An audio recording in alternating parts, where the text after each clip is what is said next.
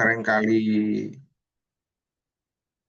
apa ya tanyakan gitu ya pada diri kita mungkin gitu ya. Jadi ini temanya jangan dianggap serius terlalu serius ya Ibu Bapak ya. Jadi benar belum tentu salah maksudnya tuh ya biar menarik aja gitu ya. Tapi intinya begini, hari ini apakah Ibu Bapak mengalami satu pertanyaan-pertanyaan gitu ya, ini yang saya lakukan benar apa enggak sih ya, atau salah gitu ya. Terus kemudian bagaimana menemukan jawabannya dan apa yang dilakukan.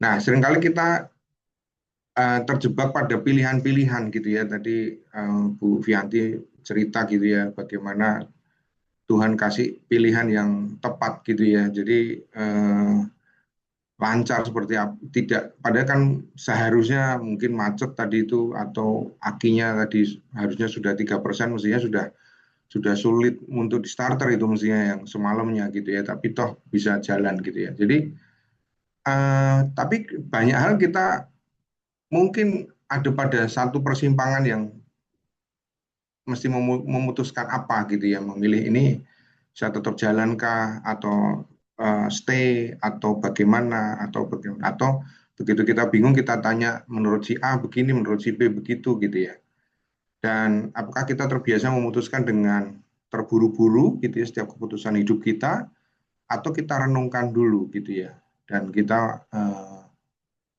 tanya gitu ya berkomunikasi dengan Tuhan atau tidak. Jadi nyambung seperti apa yang tadi Bu Vianti sampaikan gitu ya. Kedekatan kita pada Tuhan menjadi kunci yang utama. Jadi kita nggak akan bisa merasakan kalau itu sebuah campur tangan Tuhan, pertolongan Tuhan kalau kita nggak deket sama Tuhan gitu ya. Jadi kalau kita, ah ini kebetulan aja nih, Bu, eh, saya kondisinya oke, apa segala macam. Wah, ini kan karena saya sudah mempersiapkan diri melakukan ini dan itu gitu ya. Tuhannya hilang gitu ya. Jadi misalnya saya berhasil nih menjalani tugas-tugas pekerjaan, wah ini karena saya jago nih gitu ya. Kita suka lupa bahwa apa yang kita peroleh, apa yang kita apa namanya jalani dalam hidup kita itu tidak bisa tidak atau tidak akan terjadi tanpa campur tangan dan perkenanan Tuhan gitu ya. Jadi saya percaya bahwa kita semua tadi kalau eh, diminta untuk menceritakan setiap kebaikan Tuhan dalam hidup kita, saya percaya banyak sekali gitu ya. Teman-teman pasti bisa menceritakan, oh iya Tuhan baik pada saat kondisi apa gitu ya. Dan saya percaya itu terus Tuhan kerjakan sampai hari ini gitu ya. Dan eh, kadang-kadang ketika kita memilih atau memutuskan gitu ya sebuah tindakan gitu ya, eh, tadi ya kedekatan kita dengan Tuhan adalah kunci yang utama.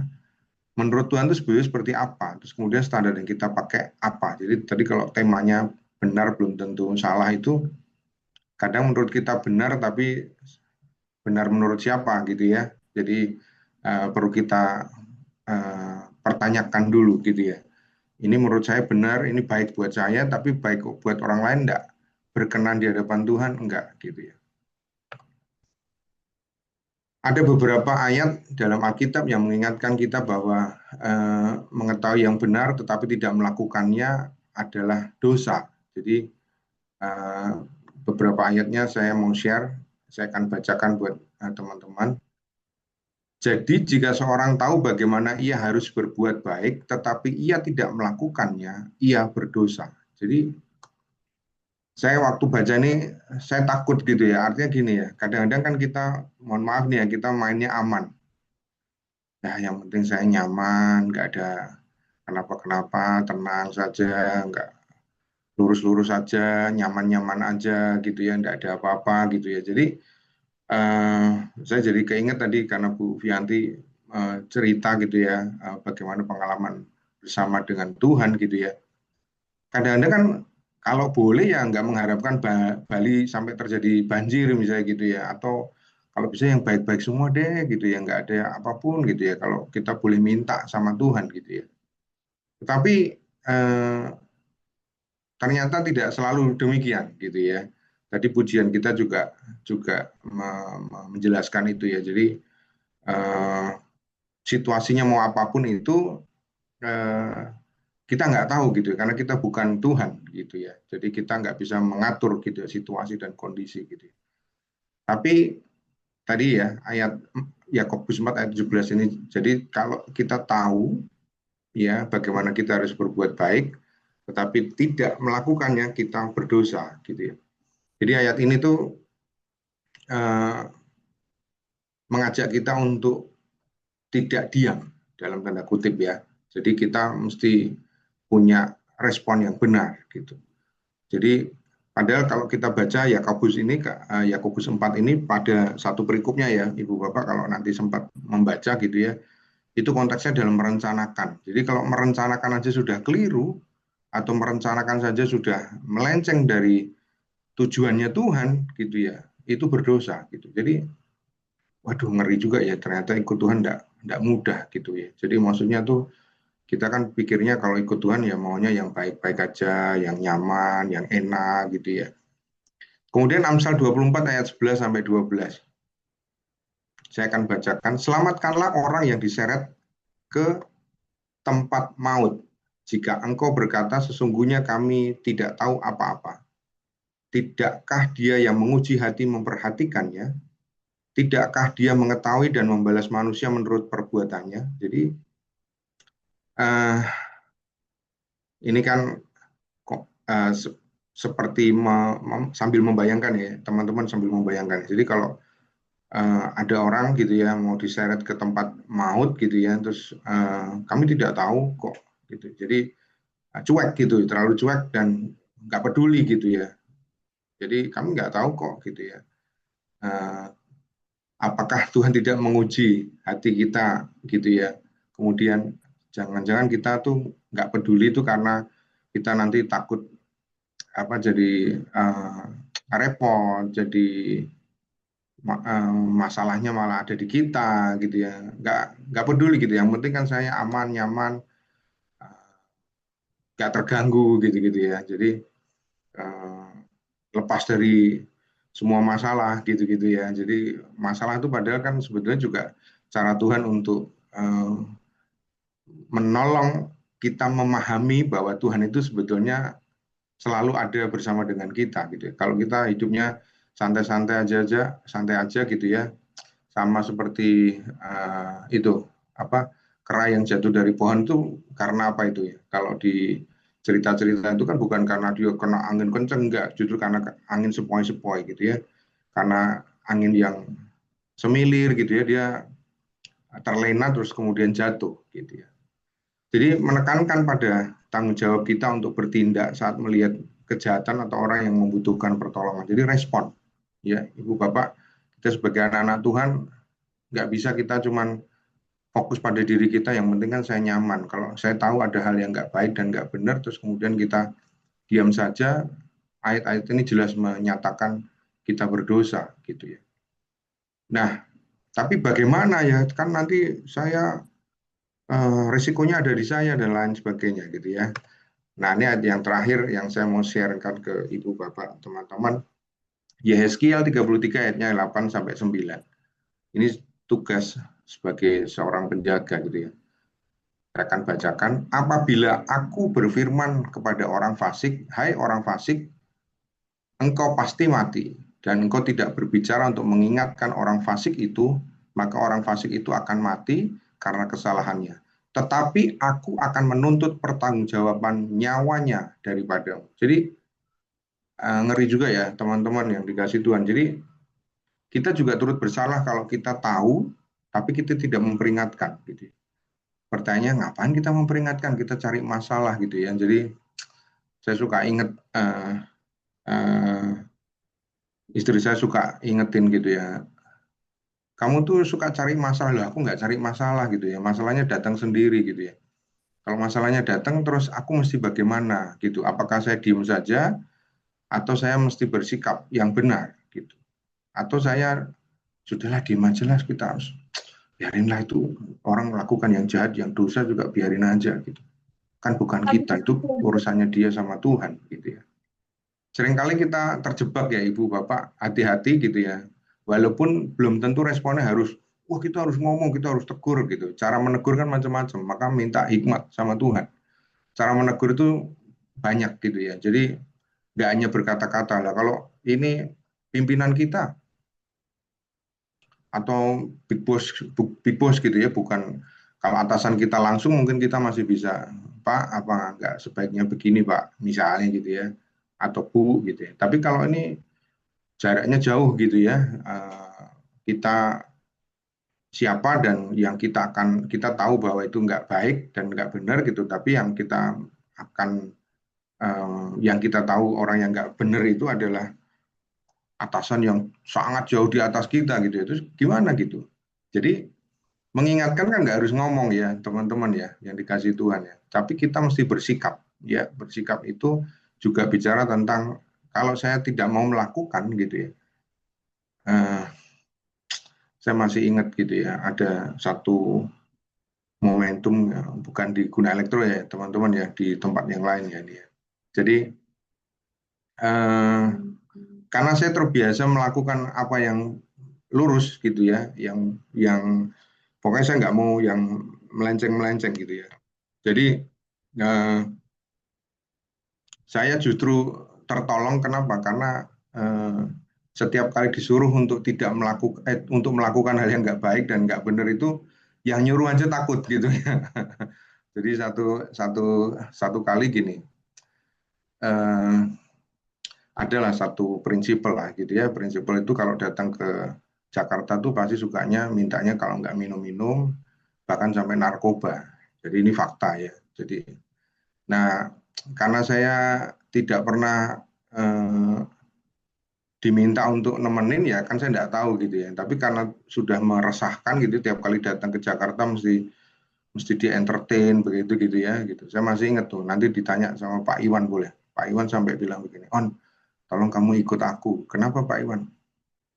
Kalau ada kamu orang itu nggak berani minta macam-macam. Maksudnya gimana? Iya dia suka minta dugem sama adalah kadang-kadang suka minta pil apa segala macam gitu. Nah ini kebetulan orangnya si prinsipal ini sudah tidak bekerja lagi di prinsipal yang sekarang gitu ya. Jadi sudah pindah gitu ya. Dan dia dipecat menurut informasi. Jadi sampai waktu itu saya ingat, oh ya udah kalau gitu Pak Iwan minta tolong saya untuk menemani supaya orang itu nggak macam-macam sama Pak Iwan ya, iya gitu. Oke.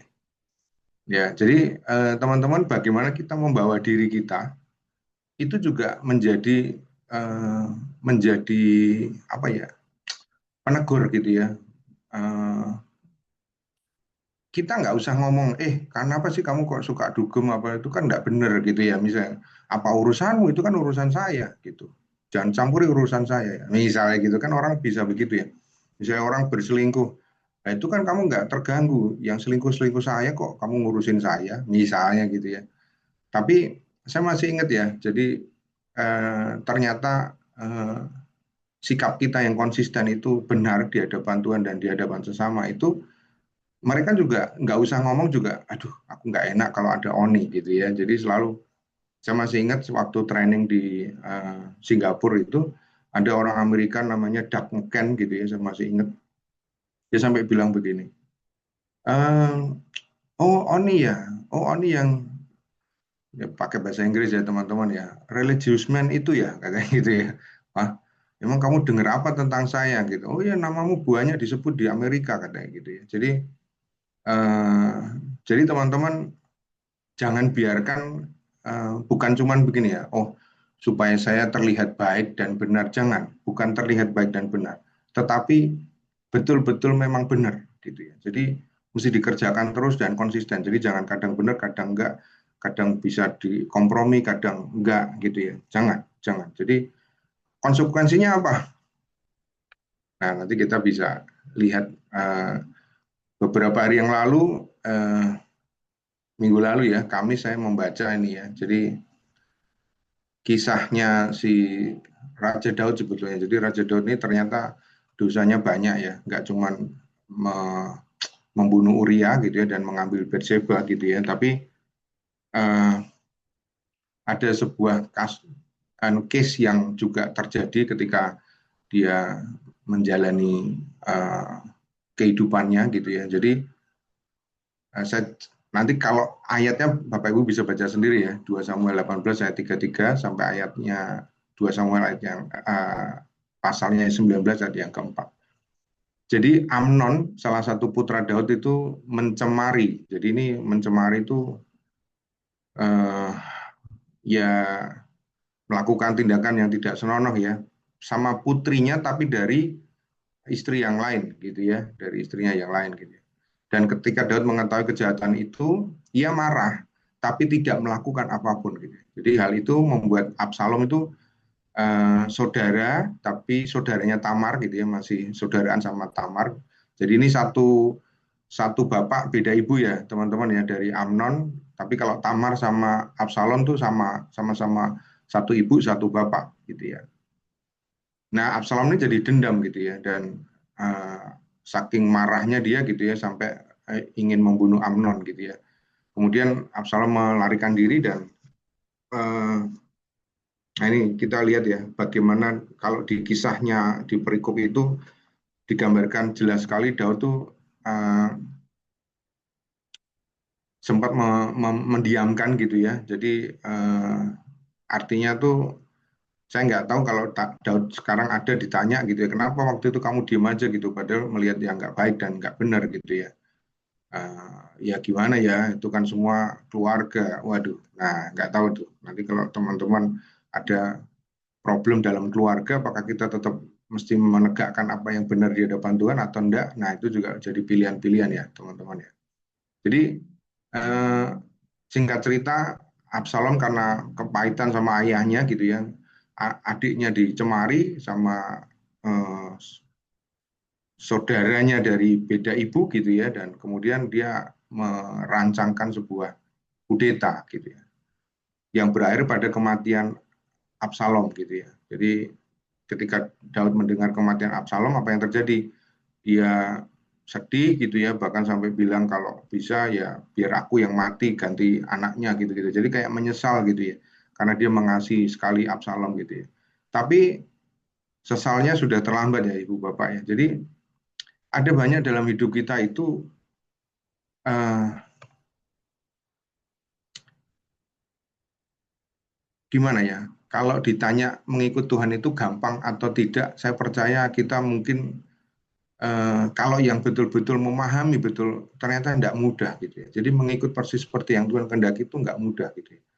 Daud yang sudah diurapi Tuhan sedemikian rupanya jatuh ya gitu ya.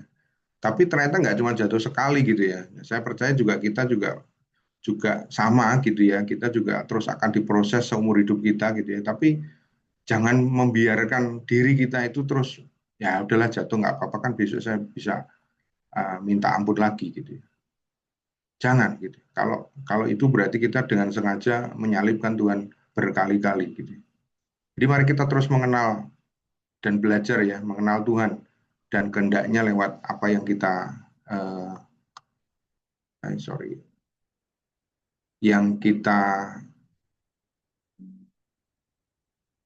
lewat relasi ya, lewat relasi kita dengan Tuhan secara pribadi gitu. Jadi kita mau belajar dengar-dengaran terus akan firman Tuhan, senantiasa berdoa, tapi juga saya mau garis bawah ini melakukan firman-Nya setiap hari. Jadi jangan, ya saya tahu saya anak-anak Tuhan yang diberkati Tuhan gitu ya. Tapi kira-kira Tuhan pengen saya ngapain ya gitu. Kalau jadi pekerja tuh saya pekerja yang seperti apa? Apakah pekerja yang ya yang penting bekerja aja dah. Tapi kita nggak menunjukkan oh kalau pekerja yang takut sama Tuhan gitu ya, pekerja yang sungguh-sungguh mengenal Tuhan itu berbeda seharusnya gitu ya. Itu yang harus kita lakukan terus, melakukan firman-Nya setiap hari. Mungkin kita akan dibenci gitu ya, dimusuhi, bahkan dijauhi, atau bahkan kita bisa dibunuh. Jadi eh, minggu lalu, 2 minggu lalu ya, khotbah di tempat kami itu Pak Daniel Listiabudi jelaskan itu. Jadi kalau kita maunya aman-aman saja gitu ya, hidupnya nyaman aja gitu ya, iya Tuhan Yesus nggak akan dibunuh gitu ya, Tuhan Yesus nggak akan disalib gitu ya. Jadi mari kita sadari juga peran kita gitu ya, teman-teman yang dikasih Tuhan, jangan jadi anak-anak Tuhan tapi maunya yang enaknya aja. Padahal Tuhan menghendaki kita juga mengerjakan bagian kita supaya apa? Supaya kita nggak cuma jadi apa namanya penikmat dalam tanda kutip ya berkat-berkatnya Tuhan, tapi tetap jadi garam dan terang. Jadi memang Tuhan menyediakan berkat-berkat itu iya, gitu. Tapi kita seringkali, aduh kalau sudah ngomongin salib saya enggak deh, gitu ya. Seringkali kita, aku mau mengikut Tuhan, tapi kalau mengikut salib jangan deh. Saya mau terima berkatnya aja yang baik-baik gitu ya. Yang salibnya enggak deh gitu. Enggak bisa gitu. Dan enggak mungkin gitu ya.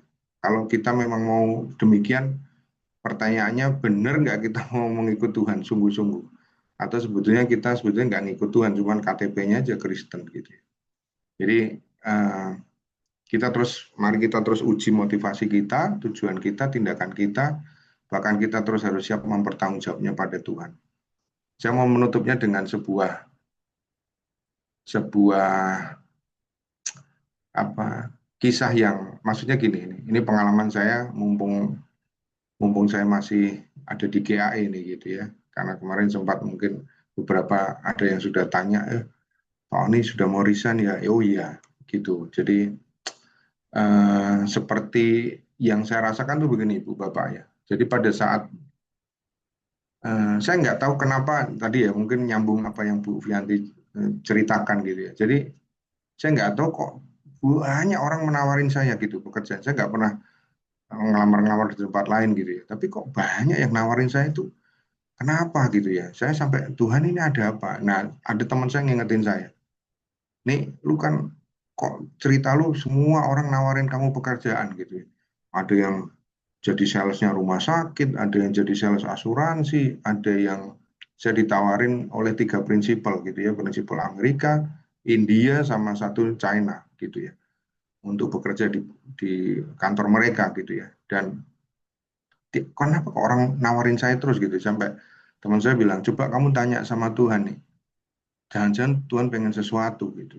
Nah, jadi memang singkat cerita apa yang saya pergumulkan gitu ya, saya pergumulkan Tuhan kasih satu satu keteguhan hati gitu ya, satu ketenangan gitu ya.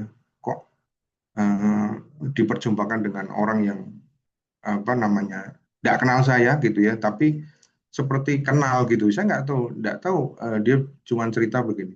Nggak tahu tiap kali saya berdoa, saya ingat nama Pak Oni gitu. Saya sampai merinding gitu. Jadi, nah Bapak kan nggak kenal saya kok. Bapak pengen saya jadi apa namanya wakilnya Bapak itu dalam rangka apa dan untuk tujuan apa? Nggak tahu. Pokoknya kayak Tuhan eh, suruh saya ngubungin kamu gitu. Dan aku udah ngubungin kamu kan 2 bulan yang lalu kan gitu ya. Jadi, tapi saya nggak ngerespon gitu ya. Jadi maksudnya kok pengen ketemu saya ngapain gitu. Kalau minta atau butuh penawaran harga kan segera info gitu. Pak, kalau memang ada penawaran harga atau butuh harga diinfokan aja. Enggak. Pokoknya saya pengen ketemu Bapak. Dan singkat cerita ketemu lah gitu ya, ketemu dan kemudian dia enggak ngomong panjang lebar, aku menawarkan Anda posisi ini gitu ya. Loh, gitu ya. Kaget saya gitu ya, saya kaget gitu ya. Pak, saya minta waktu untuk saya tanya sama Tuhan. Iya, kamu harus tanya Tuhan, tanya istrimu, tanya keluargamu gitu. Jadi singkat cerita, nggak tahu saya diberikan sebuah keteguhan hati gitu ya, sama oh tampaknya maksudnya Tuhan ini. Nah tadi yang saya tutupnya dengan begini. Apa yang menurut kita benar belum tentu salah ya gitu ya. Tapi yuk kita terus belajar dengar-dengaran akan firman Tuhan, senantiasa berdoa, dekat sama Tuhan, melakukan firman-Nya Tuhan terus setiap hari gitu ya. Karena yang aneh ketika saya me, memberikan surat resign gitu ya, saya nggak ditahan sama sekali. Jadi nggak tahu itu saya senang apa sedih, saya nggak tahu ya. Tapi makin lama saya makin senang gitu ya, makin semangat gitu. Oh, bukan berarti mau meninggalkan teman-teman PD ya, karena ini online nanti saya masih bisa ikut teman-teman. Jadi setiap Selasa masih bisa ikut. Jadi teman-teman, proses kita mengikut Tuhan tidak selalu mudah. Bahkan kita akan diperhadapkan pada sebuah kondisi di mana jangan-jangan nyawa kita taruhannya gitu. Tapi apakah kita mau terus berjalan bersama dengan Tuhan? sampai Tuhan panggil kita. Amin. Mari kita berdoa.